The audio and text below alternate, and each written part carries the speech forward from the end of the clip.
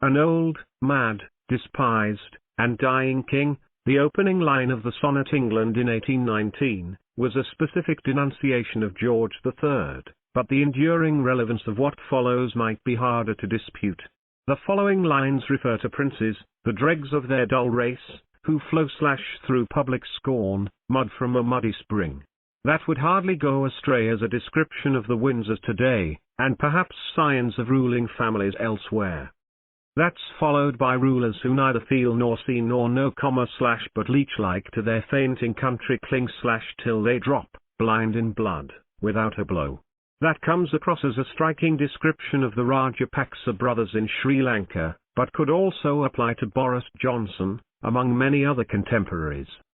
Then we get to the nitty-gritty, a people starved and stabbed in untilled field /an army whom a liberty seed and prey makes as a two-edged sword to all who wield.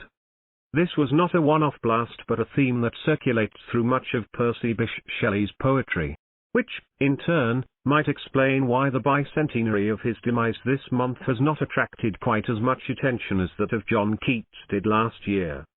Shelley was cremated 200 years ago this week.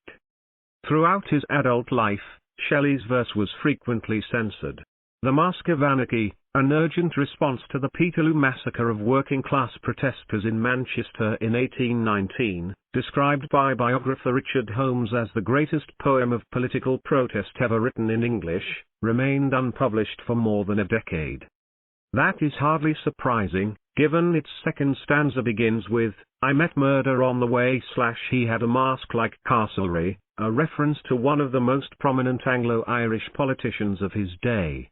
It concludes with a message that has lost none of its resonance: "Rise like lions after slumber / in unvanquishable number. Shake your chains to earth like dew / ye are many, they are few."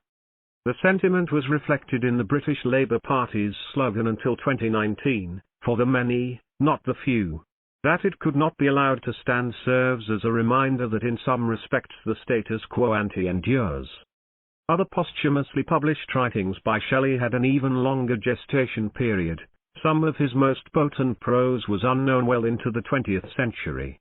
And it was, incidentally, prose rather than poetry that accounted for his earliest woes.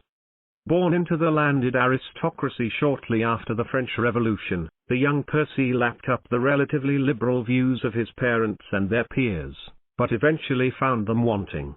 He unhappily endured his years at Eton and was thrilled to be thrown out from Oxford after a few months for refusing to deny co-authorship of a pamphlet titled The Necessity of Atheism. The termination of his allowance by an infuriated paterfamilias was less thrilling, but did not deter Shelley from pamphleteering and agitation against the established order, first in Ireland and then in England, until assassination attempts and the threat of his debtors drove him to the continent in the company of Mary Godwin, the teenage daughter of feminist pioneer Mary Wollstonecraft and reformist political philosopher William Godwin. Eventually his second wife, Mary Shelley, came to be better known in some literary quarters, courtesy of a timeless novel called Frankenstein, written when she was 18.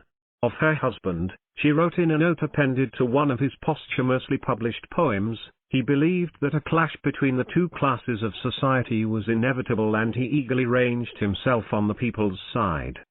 Shelley remained a prolific poet to the end, and several of his shorter poems are universally counted among the finest examples of their genre.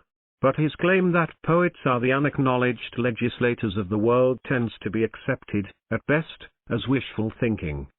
However, the afterlife of some of his most potent political poetry had far more to do with the shop floor, the Union Hall and the Strike Assembly than it did with the dullards in the Academy who marveled at the lyricism of Shelley's verse and pontificated about its abstraction, but tended to deride or ignore his relentless mockery of tyranny, oppression and narrow-mindedness of every kind, and his instinctive disdain for monarchs, priests, the landed gentry, capitalists and the political class.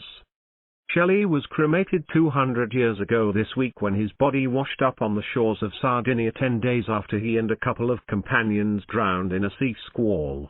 However, his heart refused to burn. Mary preserved it. Shelley's ashes found their last resting place in the same cemetery in Rome where Keats was interred the previous year, but his heart was buried many decades later in Dorset. One would like to think that, by some secular miracle, it's still beating. mahir.dawn@gmail.com. Published in Dawn, July 28, 2022.